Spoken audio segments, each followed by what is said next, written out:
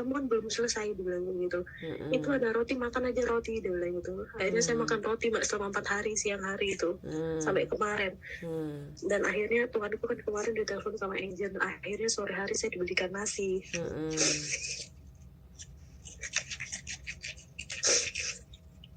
Galak Mbak istrinya, kayak tadi tuh barusan juga gitu Mbak.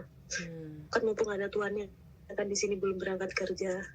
Saya tanya, Tuhan permisi ya, bilang gitu. Ini tadi saya kan sudah cuci handuknya anjing. Kenapa kok dilempar di lantai? Salah saya di mana? Saya sudah nyuci dari pagi loh, saya bilang kayak gitu. Ini aja belum selesai cucian saya bilang kayak gitu Mbak.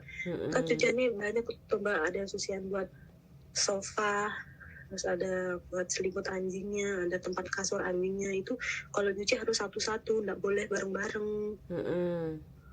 Jadi udah saya ikutin Mbak, tak cuci satu-satu. Tapi sama